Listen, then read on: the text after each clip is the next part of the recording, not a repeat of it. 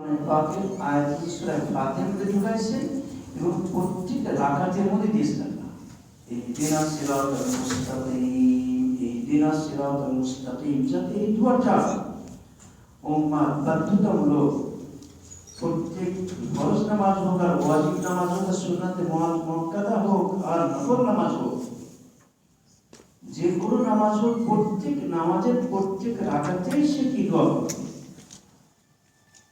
কত গুরুত্বপূর্ণ দোয়া ইহদিনাস সিরাতাল মুস্তাকিম। সিরাতাল মুস্তাকিম এর আলোচনা প্রসঙ্গে হযরত বলতেছিলেন, যেটা হলো মিনান নাবিয়্যিন ওয়াস সিদ্দিকিন ওয়াস শুহাদা ওয়াস সালিহিন। এই চার শ্রেণীর মানব জাতি, শ্রেষ্ঠ মানব জাতি চার শ্রেণী, তাদের রাস্তা।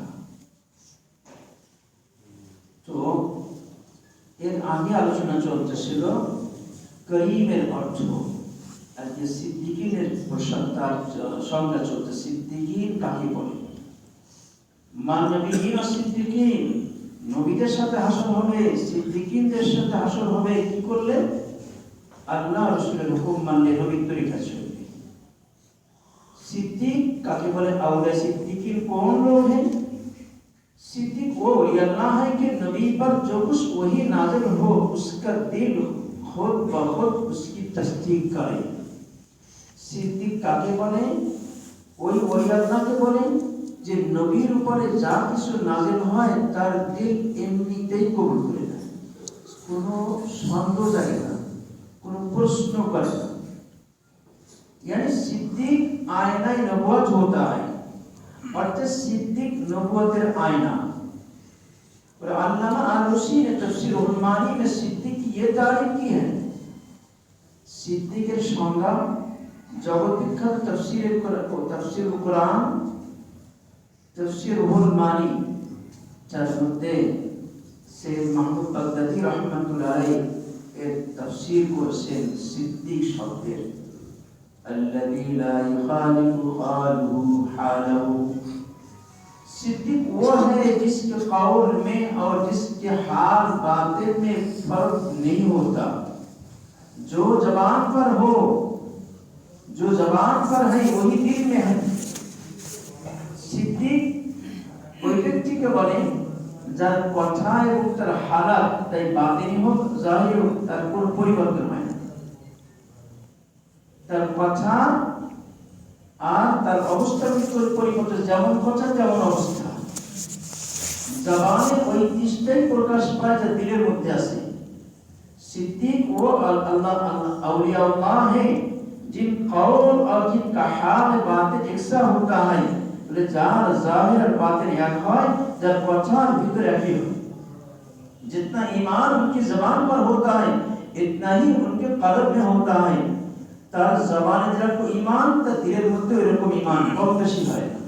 হযরত আলী রাদিয়াল্লাহু তাআলা के मकाम सिद्दीकियत को शाह अब्दुल गनी साहब रहमतुल्लाह फरमाया करते थे कि एक दिन हजरत अली रदियल्लाहु ताला ने फरमाया कि मैं जब मैं क़यामत के दिन दोज़ख और जन्नत को देखूंगा तो मेरा ईमान एक दर्रा नहीं बढ़ेगा।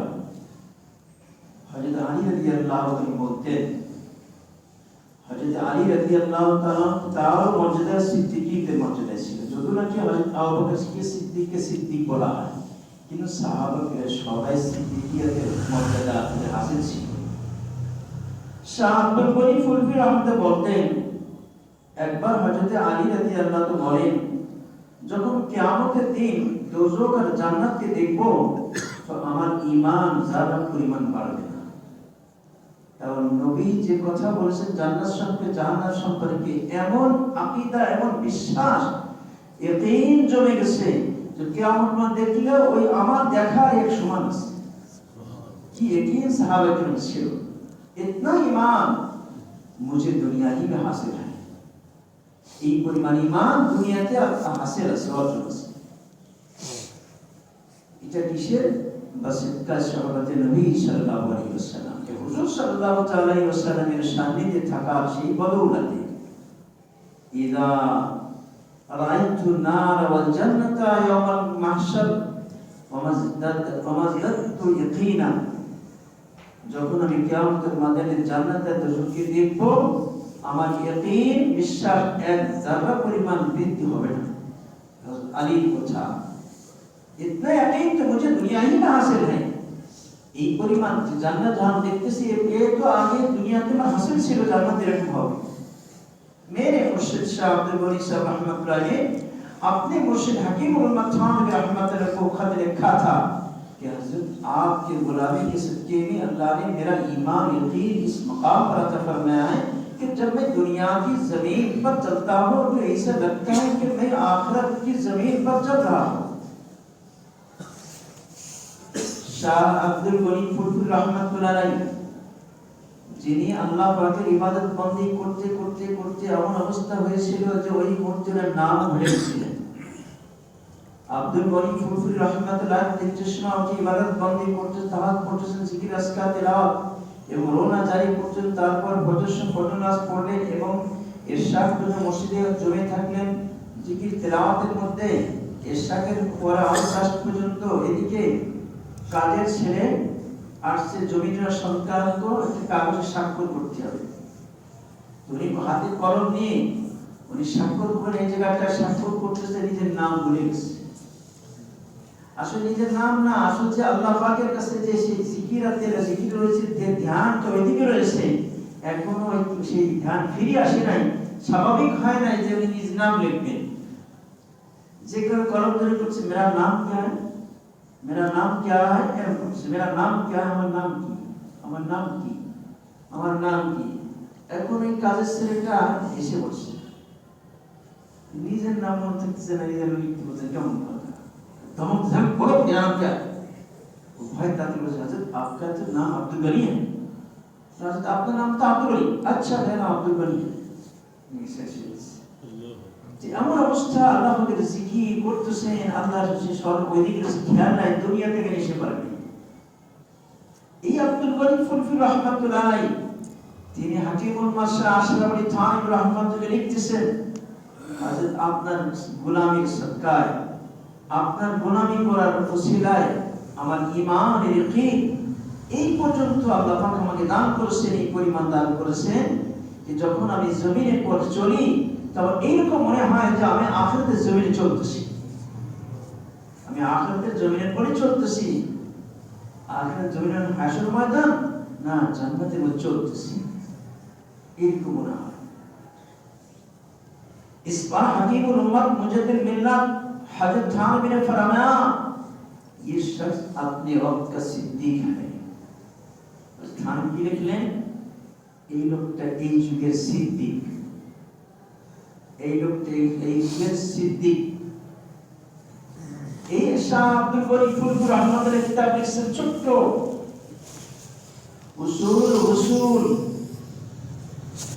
উসুল আর আল্লাহ কিন্তু কৌশল নীতিমালা, ছোট্ট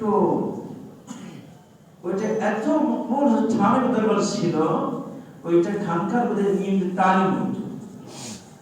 অর্থাৎ আল্লাহকে পাওয়ার জন্য যে মূল নীতি, যেমন আবু বকর সিদ্দিক রাদিয়াল্লাহু তাআলা যে নীতি অনুসরণ করেছিলেন আল্লাহকে পাওয়ার জন্য, ওই কথাগুলি সব উল্লেখ করেছেন যে আল্লাহকে পাইতে হয় এই কারণে। আর এই বুখারী শরীফ সব গেল 14 পারা শেষে, ইয়া আল্লাহ রাসূলুল্লাহ সাল্লাল্লাহু আলাইহি ওয়াসাল্লাম নিজেই বলতেছেন, আফজালুল বাশারি বাদান নবী, বাদান আম্বিয়া নাই, বাদান নবী আবু বকর। নবীজিকে জিজ্ঞাসা করা যে ইয়া রাসূলুল্লাহ, সবথেকে ভালো মানুষটা কে? নবীজি বলতেছেন, নবীদের পরে আবু বকর। কে বলতেছেন? নবীজি নিজেই বলতেছেন, বুখারী শরীফে 14 বার শেষে, ইয়া আল্লাহ। এই জন্য মুসলমানদের আকীদা হলো চারো মাযহাবের, সে হানাফি মাযহাব হোক, মালিকি মাযহাব হোক, শাফি মাযহাব হোক আর হাম্বলি মাযহাব হোক, চারো মাযহাব পন্থীদের একই আকীদা, আফজালুল বাশারি বাদাল আম্বিয়াই আবু বকর সিদ্দিক। সমস্ত নবীদের মধ্যে মানব জাতির সেরা হলেন হযরত আবু বকর সিদ্দিক রাদিয়াল্লাহু তাআলা। তার ঈমানের, তার ইয়াকিনের, তার আমলের কোনো জুই নাই। তুলনা নাই। এবং তার আখলাকের, তার সবরের, তার মুজাহাদা কোন দিক দিয়ে না, যে কারণে হযরতে ওমর ফারুক রাদিয়াল্লাহু আনহু সারেন্ডার করেছিলেন না, আর পারলেন না। বহুবার চেষ্টা করেছেন আবু বকরের আগে বাড়ানো। সাহাবে কিরামের প্রতিযোগিতা কি ছিল? সাহাবে কিরামের প্রতিযোগিতা ছিল ইয়া আল্লাহ আখিরাতের লাইন। ওমর ফারুকের কি পরিমাণ আমর বিল মারুফ ওয়া নাহি আনিল মুনকার করার কি পরিমাণ তার গুরুত্ব ছিল, যেদিন কি হযরত ওমর ফারুক রাদিয়াল্লাহু তাআলা ওমর ফারুক রাদিয়াল্লাহু তাআলা যখন যুক্তেন তো সাথে সাথে কাতা গায়, উনি যে কাতা গাইতেন সবু সুফুফাকুম কাতা শুনে সব আস্তে গায়, সব কাতার অতিক্রম করার সাথে সাথে উনি যখন সে নামাজ শুরু করলেন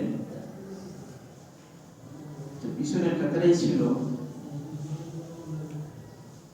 আল্লাহু আকবার, সে ছুরির দুই দিকে ধার এমন ছুরি দ্বারা হযরত ওমর ফারুককে তার পেটে মারছিল। এবং এমন অবস্থায় ছিল তো হযরত ওমর ফারুক রাদিয়াল্লাহু তাআলা আব্দুর রহমান বিন আউফকে টেনে সামনে দিলেন। বুখারীতে আসছে 14 বছর শেষের দিকে একটু আগে, কাতালানি কালব, কাতালানি কালব, কুকুর আমার হত্যা করেছে। ওই লোক সে সামনে যখন পলাইতে গেছে তার পাশে একটি ছুরি মারতে যেহেতু দুই ভাগে থাকতো, 13 জন আহত হয়েছে, 7 জন মারা গেছে। অবস্থার এই দিকে দেখে একজন সামনে দেখলো, তারপর চাদর ছিল, চাদর ফেরাই দিল তার মধ্যে ধরার জন্য। ওই জন্য বুঝতে পারছে যে আমি মারা যাবো, নিজে আত্মহত্যা করে মারা গেছে। এটি নামাজ চলতেছে, কিন্তু আমার বড় উদ্দেশ্য যেটা সাহাবে কিরামের নামাজের প্রতি কি ছিল, এত কিছু করে যাচ্ছে মসজিদের নবীর মধ্যে, কিন্তু ওমর ফারুকের গলার আওয়াজ পাইতেছে না সাহাবে কিরাম, তাই কিছুতে সুবহানাল্লাহ সুবহানাল্লাহ নামাজ চলতেছে। নামাজ শেষ হয়ে গেল, আব্দুর রহমান আউফ রাদিয়াল্লাহু তাআলা নামাজ সংক্ষিপ্ত করে নামাজ শেষ করে দিল, হজরের নামাজ। ইয়া আল্লাহ, তো এই অবস্থা পরে দেখছে ওমর ফারুক অবস্থায় তার উপরে উঠে নিয়ে গেছে। বলে আমি কে মারছে? অমুক। তো আলহামদুলিল্লাহ আমার কোনো মুসলমান মারে নাই।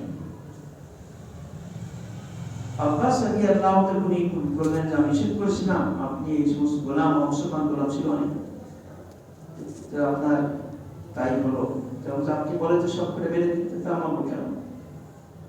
আল্লাহর মেহরবানি আমার কোনো মুসলমান মানে না। তো ওমর ফারুক রাদিয়াল্লাহু তাআলা আসলে তো হাদিসে পাকে আসছে বুখারীতে বাবুল ফিতানের মধ্যে ওমর ফারুক রাদিয়াল্লাহু তাআলা জিজ্ঞাসা করতে বোঝায় না ফিতনা সম্পর্কে বলেন, আমির মুমিন আপনি কি করবেন না বলেন? ফিতনার দরজা ভেঙে যাবে, ভেঙে যাবে, হ্যাঁ খুলে যাবে না, না খুলে যাবে, খুলে গেলে বন্ধ করা যায়। ফিতনার কারণে কি ফিতনা দরজাটা ভেঙে যাবে, ওরা সংরক্ষণ করা যাবে না। দরজা খুলে যায় বন্ধ করা যায়, ভেঙে পড়ে সেটা বন্ধ করা যায় না। তারপরে বলতেছেন ওই দরজা ছিলেন হযরত ওমর ফারুক রাদিয়াল্লাহু তাআলা। ওমর ফারুকের ইন্তেকালের পরে আসলে ফিতনা শুরু হয়ে গেল। এরপর উসমান ইবনে ইহুদিদের চক্রান্ত ভিতরে আব্দুল্লাহ ইবনে সাবা, তো সাহাবা কিরাম এমন ভাবে নামাজের মধ্যে রত থাকতেন যে এত কিছু করে যাইতেছে, আমাদের ভিতরে যদি পুরো মসজিদ একটু কিছু করে সব নামাজ দৌড়তে শুরু হয়ে যায়, আর এত কিছু মানে ফারুক হয়ে যাচ্ছে, নামাজ আর পড়াইতে চায়, ওই অবস্থা উনি কি করেন নাই, নামাজের গুরুত্ব। এবং ওমর ফারুক রাদিয়াল্লাহু তাআলা বাসায় নিয়ে যাওয়া হলো, সমস্যা নেই, ঠিক হয়ে যাবে। পরে দেখতেছে যখন দুধ খাওয়ানো হলো তা বেড়ে যেতেছে, দুধটা এমনিতে দিচ্ছে, এমনিতে বেরোয় যেতে বোঝা যাচ্ছে নারী পেটে পৌঁছে গেছে। সেই যেমন অপারেশন করেছিল না উন্নত, তখন বলছে যে উনি বাঁচবেন না। ওই অবস্থায় কিন্তু লোক দেখতে আসছে, তার মধ্যে একটা যুবক আছে। যুবক যখন বলছি আমিরুল মুমিনিন, আপনি তো আপনার প্রতি আল্লাহ রাজি, রসুল রাজি, আবু বকর রাজি, সবাই তো আপনার প্রতি সন্তুষ্ট। আমি বেশি চাই না, কাফা মানি কাফা, আমার যদি কোনো বরাবর সরাবর দরকার নেই, আমার বেশি দরকার নেই, সমান সমানে অর্থাৎ যদি আমার গুনাহ আর নেকি সমান সমান আমার মাফ হয়ে যায়, ওই চিজ যথেষ্ট, আমার বেশি লাভের দরকার নেই। এই পথের পরে ওই লোক ছেড়ে যাচ্ছে, তাদেরকে ওর পায়ে টাকুনি শেখাও, এই অবস্থা যখন নাকি মুখে দুধ দিচ্ছে, নাড়িতে বেরোয় যাইতেছে পেট দিয়ে, ওই অবস্থাও কিন্তু কি বলছে, এই করে দেখো এই কাপড়টা এরফা সব ইজার তোমার লুঙ্গি উঠে বসে করো, টাকুনি নিচে কেন বসো? তাহলে টাকুনি নিচে কাপড় পরাটা কত শরীয়তের কাছে এটা হারাম, এটা কত মারাত্মক। এটা কোন মানুষ মুসলমান টাকুনি শেখাও করছে, টাকুনি শেখাও করছে। ওমর ফারুক ওই অবস্থায় কিন্তু তিনি সহ্য করেন না, ডাকাইছেন কাপড় করো, টাকুনি খাও। এরপরে হযরতে আব্দুল ওমরকে বলছেন, যাও তুমি আম্মাজান আয়েশাকে বলো যে হুজুর সাল্লাল্লাহু আলাইহি ওয়াসাল্লাম যেখানে দাফন, আবু বকরের দাফনের পাশে আমার একটু আমার দাফনের জায়গাটা হবে কিনা অনুমতি দেবে। উনি অনুমতি না দিয়ে আমার দাফন করবো না,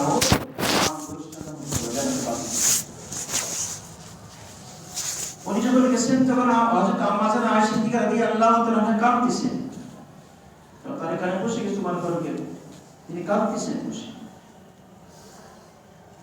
তো যে সালাম দিস পর্দা থেকে জিজ্ঞাসা করতেছেন, বলে আমাকে আমিরুল মুমিন বলবা না, আজ থেকে আমি আমিরুল মুমিন নাকি? যে বলবা ওমর ইবনে খাত্তাব পাঠিয়েছে, বলবা না আমিরুল মুমিন পাঠাইছে, কেন আমি আজ থেকে আমিরুল মুমিন না, আজ থেকে আমি মুসলমানের আমির না, আমার শেষ। যে বলবা ওমর ফারুক পাঠিয়েছে, যে ওইখানে যে জায়গাটা খালি আছে, ওই জায়গাটা আমার জন্য দাফনের অনুমতি হবে কিনা, আমার সালাম জানাইবা আর বলবা যে ওমর ফারুক পাঠাইছে এই অনুমতি চাওয়ার জন্য। যদি উনি অনুমতি দেন তো ভালো, তা না হলে আমাকে দুশ্মনে দাফন করবা। আর সিদ্দিকা রাদিয়াল্লাহু তাআলা বলতেছেন, ওই জায়গাটা আমি রাখছিলাম নিজের জন্য, যেহেতু নবীজি পাশে আমার আব্বা, ওখানে আমি দাফন হবো পাশে জায়গাটা। যেহেতু ওমর ফারুক বলতেছেন, তো আমি আর নিজেকে তাকে প্রাধান্য দিলাম, আমার দাফন আমার স্থানেই হবে। এরপর চলে আসছে, এসে বলতেছেন আপনার অনুমতি হয়েছে। আচ্ছা ঠিক আছে, তারপরও আমি মারা যাওয়ার পরে যখন আমার লাশ দাফন জানাজায় পড়ায়, কাফন করে জানাজায় পড়ায় যখন নিয়ে যাবা, তারপর আবার দ্বিতীয় অনুমতি নেবা, যদি অনুমতি দেয় দাফন করবা, না ওটা ফেরত নিয়ে আসবা। এইভাবে আমিরুল মুমিনিন ওমর ফারুক রাদিয়াল্লাহু তাআলা আনহু তিনি মৃত্যুর ক্ষণে পর্যন্ত আমরে বিল মারুফ নাহিল মুনকার, সৎ কাজের আদেশ, অসৎ কাজে বাধা দেওয়া, দুশমন পর্যন্ত তার কত গুরুত্ব তার রাখেন তিনি। তো ওমর ফারুক রাদিয়াল্লাহু তাআলা আনহু আর আবু বকর সিদ্দিক রাদিয়াল্লাহু তাআলা আনহু দুইজনের প্রতিযোগিতা। শেষকালে তিনি বললেন, ওই যখন নাকি পারলেন না, আমার আবু বকরের সাথে মোকাবেলা করার, প্রতিযোগিতা করার সাহস হারাই গেছে, আর পারব না। আজকে পারার আশা ছিল যে আজকে আমি মাল বাড়ি অর্ধেক বানিয়ে আসছি, আবু বকর সব নিয়ে আসছে, তবু আবু বকর এক ফুটলা, আমার তো অনেক বেশি। কিন্তু বেশি আর কম এটা ওজন লাগে, অল্প জিনিস ওজন বেশি, বেশি মাল ওজন কম। ওই কোন শরীয়তের আমল ওজন বেশি আর কিসের কারণে? ইখলাস আর নবীর সুন্নাতের কারণে। ইখলাস আর সুন্নাতের কারণে। তো আবু বকর সিদ্দিক রাদিয়াল্লাহু তাআলার মধ্যে যে পরিমাণ ইখলাস ছিল, ওই ইখলাস পৃথিবীতে কারণ নাই। তো যখন নবীজি জিজ্ঞাসা করলেন, ওমর তুমি কি নিয়ে এসো? বলে ওয়াদ দেখি। আর যখন নাকি আবু বকর সিদ্দিক আসলেন তখন বলেন না কি নিয়ে এসো? বলে বাড়ি কি রেখে এসো? বাড়ি কি রেখে এসো? মানে আল্লাহ রাসূলকে রেখে এসো। মানে সব কিছু গেছে, বাড়ি আল্লাহ রাসূলকে রেখে এসো। তাহলে তার ইখলাস আর আবু বকর আর মানে ফারদের ইখলাস পার্থক্য আছে, কথার দ্বারাই তো বোঝা যায়। আর নবীর প্রশ্ন দ্বারা বোঝা যায় আবু বকর কিছুই রাখে নাই, যা অল্প হলো কিছুই রাখে নাই। তাই যেমন জিজ্ঞেস বাড়ি কি রেখে আসো, কি বলছেন? আল্লাহ রাসূল আল্লাহ সন্তুষ্ট রেখে আসে। তখন থেকে আবু বকর সিমারে ফারুল আর পাল্লা দিয়ে পারবো না প্রতিযোগিতা করা, এই জন্য মনটা অভ্যস্ত হতে গোল। এই জন্য তো আবু বকর সিদ্দিক রাদিয়াল্লাহু আনহু এক রাতের আমল, 3 রাতের আমল গায়ে সওয়ার হতেছিলেন, যে 3 রাত হযরত নবী ওমর ফারুক রাদিয়াল্লাহু তাআলা বলতেছেন যে আবু বকর যদি 3 রাতের আমল আমাকে দিয়ে দেয়, আমি সারা জিন্দেগি আমলটা দিয়ে দেব। এরপরও হযরত আবু বকর সিদ্দিক রাদিয়াল্লাহু তাআলা নবীজির সাথে শত্রু পৌঁছে গেছে, উকি মারলে দেখা যাচ্ছে, দেখাচ্ছে পা দেখা যাচ্ছে, আর উকি মারলে হয়ে যায়। জিজ্ঞাসা ইয়া রাসূলুল্লাহ যদি সে উনি দেখতে পারে, ও কত চিন্তা করো না, আমাদের আরেকজন আছে, আমরা 2 জন না 3 জন। ইন্নাল্লাহ মা'ানা, ইন্নাল্লাহ মা'ানা, না তাহসান, তুমি দুঃখ করো না। তো নবীজির কত নিশ্চিন্তা, কিরাম নিশ্চিন্তা। মায়ের কোলে বাচ্চা থাকলে যেমন কোনো টেনশন নেই, যত কিছু ঝড় হয়ে যাক সারা পৃথিবীতে সারা দুনিয়াতে, বাচ্চা যখন মায়ের কোলে থাকে সব তার চিন্তা দূর হয়ে গেছে। দিলের মধ্যে আল্লাহ পাক একবার এসে গেলে, আল্লাহর মহব্বত দিলের মধ্যে আসলে দুনিয়ার যত করে ঝড় আসুক না কেন তার কোনো টেনশন থাকার কথা না। এই কথাটা আমার প্রিয় মুর্শিদ রাহমাতুল্লাহ বলতেন, রিজা বিল কাজা সবসে মজা, রিজা বিল কাজা সবসে মজা। আল্লাহর ফয়সালা বলে রাজি থাকার মজার জিন্দেগি, মজার জিন্দেগি। দুনিয়াতে যত চড়াইব তত বেশি ঝামেলা, যত দূর তত ঝামেলা। আর যত দূরে থাকবো আল্লাহর সাথে জুড়বো তত মজা। আল্লাহ আমাদের সবাইকে তখন শিখার। তো হাকিমুল মাথান এই কথা বললেন এই আব্দুল গনি ফুতুর রহমাতুল্লাহ আলাইহি সম্পর্কে। এই জামাত এই জামানায় উম্মতের সিদ্দিককে হযরত আব্দুল গনি শাহ আব্দুল গনি ফুতুর রহমাতুল্লাহ, যিনি নবীজিকে দরবার স্বপ্ন দেখেছেন। তো সিদ্দিককে এক তারিখে আল্লাযী লা ইউখালিফু ক্বালু হালাহু, দ্বিতীয় সংজ্ঞা আল্লাযী লা ইয়াতাগায়্যারু বাতিনুহু মিন যাহিরিহি, जिसका बातिन इतना जबरदस्त और कवी ईमान रखता हो कि जाहिर हालात से मुताअत्तर ना होता हो, चाहे जर्मन जापान लंदन की तमाम लड़कियां और सारे आलम की टिड्डियां सामने आ जाए, कुछ भी न हो जाए, लेकिन कभी मगरूर ना होता हो। ये ना कहे कि क्या करे भाई ऐसे हालात में कि इससे नजर बचाए, क्या करे भाई खानदान की वजह से मरवत आ गई इसलिए वीडियो फिल्म बनवा ली, टेप रिकॉर्ड लगाता, गाना सुन लिया। क्या कहीं वो नहीं कहता, वो मुतासिर होता है, गालिब होता है। बकौल हमारे शेख मौलाना शाह मोहम्मद अहमद शेख रहमतुल्लाह, जहाँ जाते हैं हम तेरा अफसाना छेड़ देते हैं। कोई महफिल हो तेरा रंग महफिल के लेते हैं। দ্বিতীয় সংজ্ঞা দিচ্ছে যে সিদ্দিক কাকে বলে, যার বাতিন জাহিরের কোনো খিলাফ হয় না, ভিতরে যা আছে বাইরে তাই। আর কবি ঈমান একটা এমন শক্তি ঈমান, তার জাহিরি হালাত আর বাতিনি হালাত একই রকম। জাহিরি হালাত দ্বারা বাতিন কোনো পরিবর্তন নাই, অর্থাৎ যে বাহিরের কোনো অবস্থার কারণে ভিতরের কোনো পরিবর্তন হয় না। যেমন হযরত ইব্রাহিম আলাইহিস সালাম যাই হারা থেকে কি করেন না, কোনো পরিবর্তন হয় না।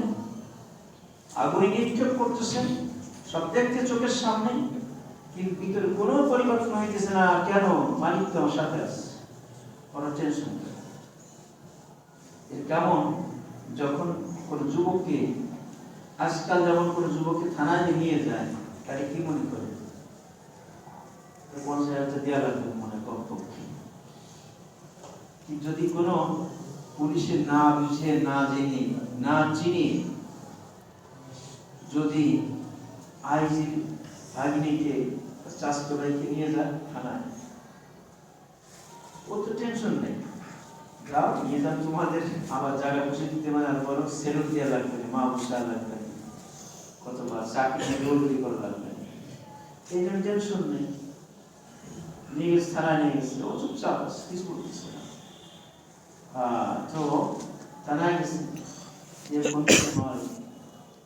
এইটি কোথায়? তো আপনার পুলিশ ভাই আমাকে ধরে নিয়েছে, কি ধরে ধরে নিয়ে গেছে, জেল করেছে পুলিশ। তাড়াতাড়ি ওদের তোমার মানে পিপানি করা শুরু হয়ে গেছে।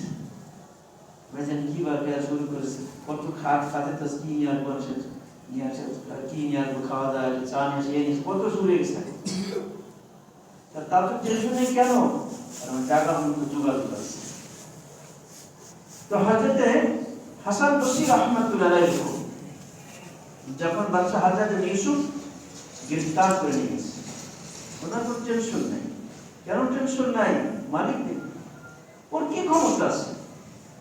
ওর ক্ষমতার কাছে আমি কিছু ওর ক্ষমতাই মনে করি না, কোনো টেনশন নেই। যখন গেছে, জাল্লাদকে আদেশ করেছে তার শরীর থেকে মাথা আলাদা করে দাও, আদেশ দিয়েছে হত্যা করো। সঙ্গে সঙ্গে মালিককে ডাকছে, ইয়া বাতিন, আল্লাহ পাকের জাহিরি নাম, বাতিনি নাম, জাহির বাতিন। তো আল্লাহর নাম আল্লাহ কোরআনে বলেছেন, ওয়ালিল্লাহি আসমাউল হুসনা ফাদউহু বিহা। আল্লাহ পাকের অনেক সুন্দর সুন্দর নাম আছে, এই নামে তুমি ডাকো আল্লাহকে। এই জন্য সে আল্লাহকে নাম ডাকছে, ইয়া বাতিন, বলার সাথে সাথে পূজা হয়ে গেছে। একবার উদাহরণ দেখতেছেন, উদাহরণ জায়গা আছে, কিন্তু ওদের নজরে পড়তেছে না, অন্ধ হয়ে গেছে, পর্দা করে গেছে, কিছুই দেখতে পারে না। সবই দেখতে পারে, কিন্তু পুরা দেখতে পারে না। এটাই তো আল্লাহের কারিশমা, যে সবকিছু দেখবে, ওইটাই দেখবে না। আগুনের ক্ষমতা আছে, সবকিছু ক্ষমতা আছে, সবাইকে জ্বালাইতেছে, কি ইব্রাহিমকে জ্বালাইতেছে না। এটি তো আল্লাহের কুদরত। একই সময় একজনের জন্য ঠান্ডা, আর একজনের জন্য গরম, একজনে দেখতে পারে, আর একজন দেখতে পারে না। এটি হলো আল্লাহের কুদরত। তো যখনই আল্লাহকে ডাক দিচ্ছে যে ইয়া বাতিন, তখন তাদের অন্তরালে চলে যাইতেছে। আর যখন দেখতে পাচ্ছে কাকে মারবে, সরে যাইতেছে, যখন সরে যেতে আবার ইয়া জাহির, আল্লাহকে ডাকতেছে, আবার সব চলে আসতেছে, আবার যখন মারতেছে, আবার ইয়া বাতিন, টেলিফোন করতেছে, আল্লাহ আমার মারতেছে, আল্লাহ আমার মারতেছে। যখন ডাকছে, আবার আল্লাহ একদম চোখের পর্দা ফেলেছে, দেখতে না পারে। মহতারাম দোস্তার বুজুর্গ, এই জন্য আল্লাহর সাথে কানেকশন করা। যখন নাকি আনাস রাদিয়াল্লাহু আনহু আওয়াজ সম্ভব হতো, যখন ওই ডাকাত যখন মারতে গেছে, কি বলতেছেন, ইয়া ওয়াদুদ, ইয়া ওয়াদুদ, ইয়া ফাআল লিমা ইউরিদ, ইয়া যাল আরশিল মাজিদ। ওয়াদুদ অর্থ হলো যে বেশি মহব্বত করে।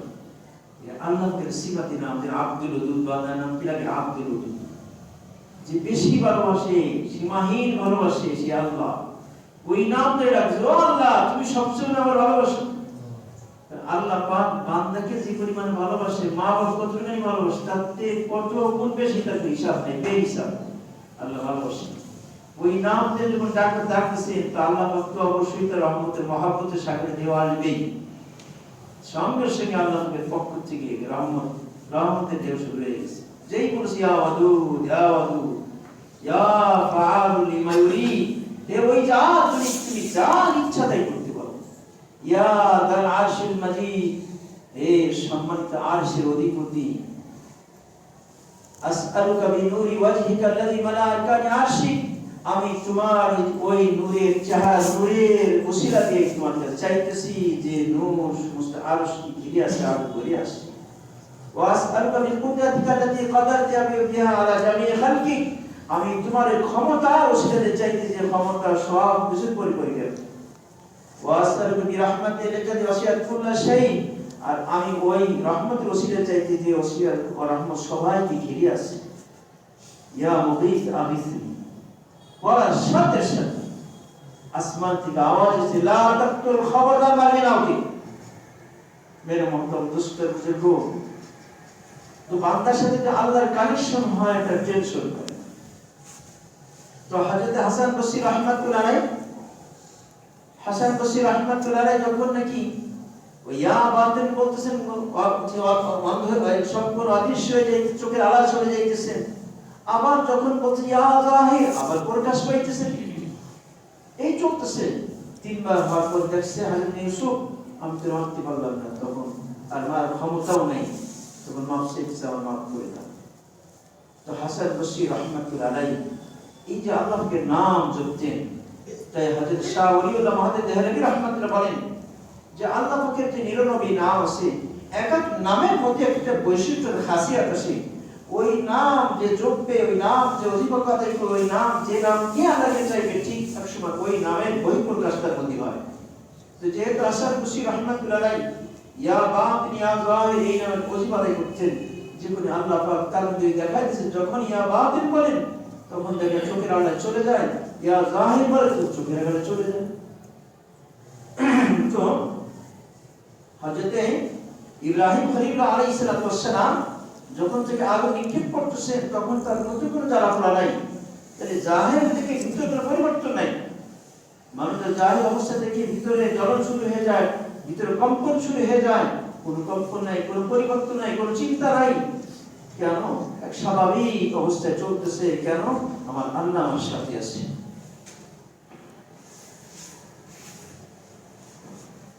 এর সিদ্দিক जिसका बातिन इतना जबरदस्त और कभी ईमान रखता हो कि जाहिर हालत से मुतासिर ना होना चाहिए। তার বাতের শক্তিশালী, জাহির অবস্থার কারণে ভিতরে কোনো পরিবর্তন হয় না, কোনো ক্রিয়া হয় না, কোনো প্রভাব তেমন হয় না। তাই সে জাপানের সমস্ত মেয়েরা এবং জগতের সমস্ত টেনিরা সামনে আসে, যা কিছু হয়ে যাক না কেন, কখনো সেখানে সে পরস্ত হয় না, কখনো সেখানে কোনোভাবে পড়ে না। এই কথা বলে না যে কি করবো ভাই, অবস্থাটা এরকম না, যখন চেষ্টা করি পারি না, এরকম না।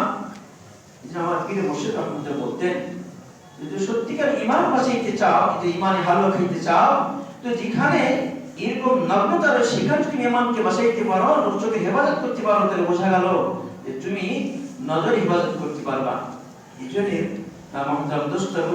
এই যুগে নজরে হেফাজত এইটা করতে পারে, পুরুষ হোক আর মহিলা হোক, একটা গুনাহের শতভাগ বাঁচতে পারে, ইনশাআল্লাহ অন্য সমস্ত গুনাহের বাঁচা সহজ হয়ে যাবে।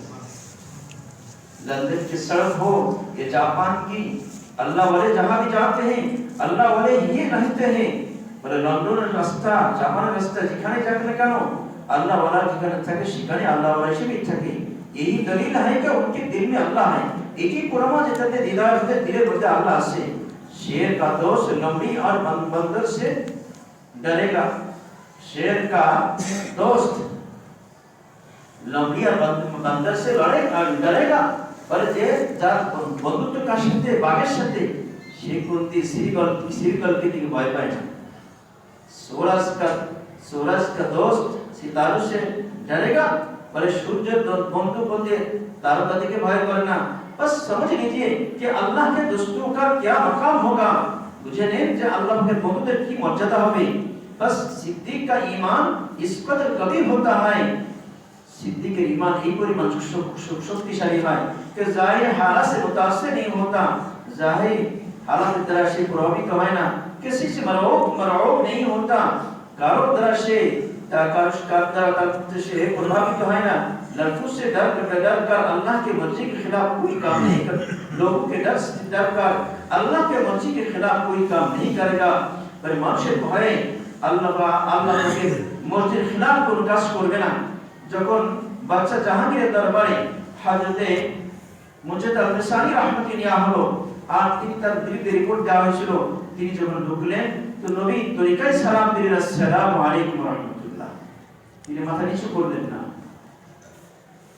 তো তাকে তখন বললো যে তুমি মাথা, সরকার যে নিয়ম অনুযায়ী মাথা নিচু করে সম্মান করে আসতেন, বলে এই মাথা আল্লাহ ছাড়া কারোর সামনে নত হয় না। সারা জাহান খিলাফ হো পরওয়ানা চাই, পেশ নজর তো মসজিদ জানা চাই।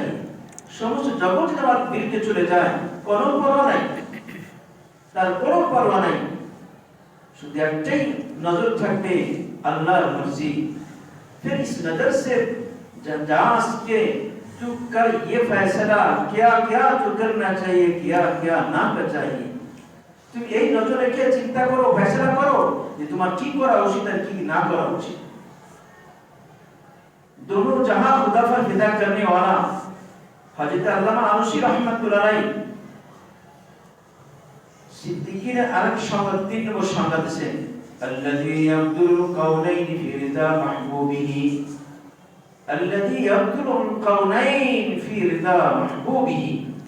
सिद्दीक वो है जो दोनों जहां अल्लाह पर फिदा कर देता है। सिद्दीक काके बोले?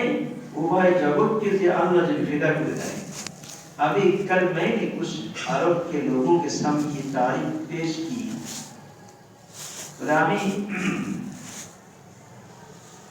আমি এই তো গতকালই কিছু আরব লোকদের সামনে এই সংজ্ঞা আমি দিলাম, সিদ্দিকের সংজ্ঞা। তো এই জাজাইরি पूछा, একজন জাজাইরি আলেম সে জিজ্ঞাসা করলো कि दुनिया तो अल्लाह पर फिदा कर सकता हो, फकैफा फिल आखिरा। तो বলছে দুনিয়া তো আল্লাহ যে ফিদা করতে পারে, দুনিয়া ত্যাগ করলাম, তার আখিরাতকে কি ফিদা করব? দুনিয়াকে আল্লাহ জন্য কুরবান করতে পারি, কিন্তু আখিরাতকে কুরবান করব কি করে? लेकिन आखिरत को कोई इंसान किस तरह फिदा कर सकता है?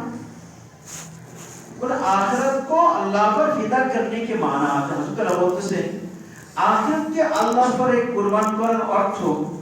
मैंने जवाब दिया कि आखिरत को फिदा करने का ये तरीका है कि नेक काम अल्लाह के रिजा के लिए करो।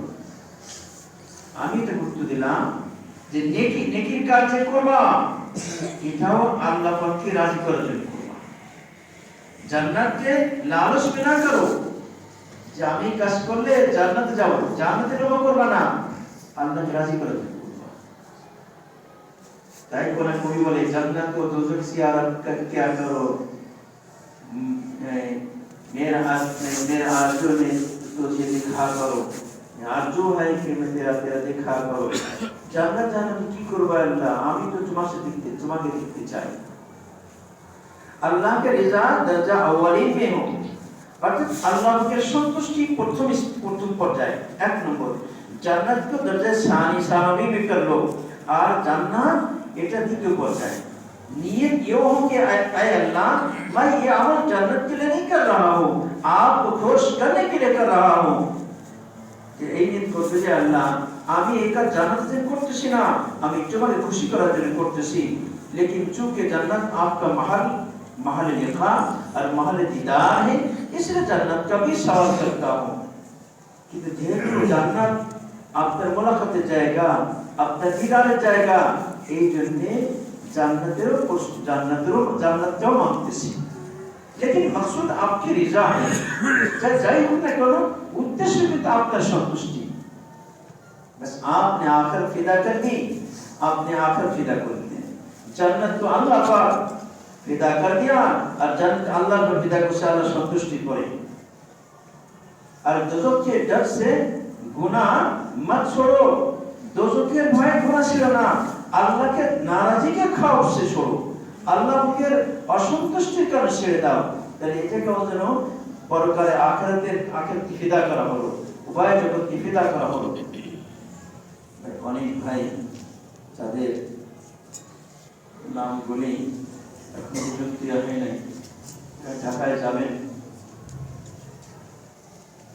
নামাজের পরে না আজানের পরে এখানে একটু বলবেন যারা ঢাকায় যে নাম আছে সেটার নামটা। অনেকের তো সে ঠিকানায় আছে কিন্তু মোবাইল নাম্বার নাই, যোগাযোগ নাই, কালকে ঠিক জন্য গাড়ি কিনে ঠিক হয়েছে, সব হয়ে গেছে।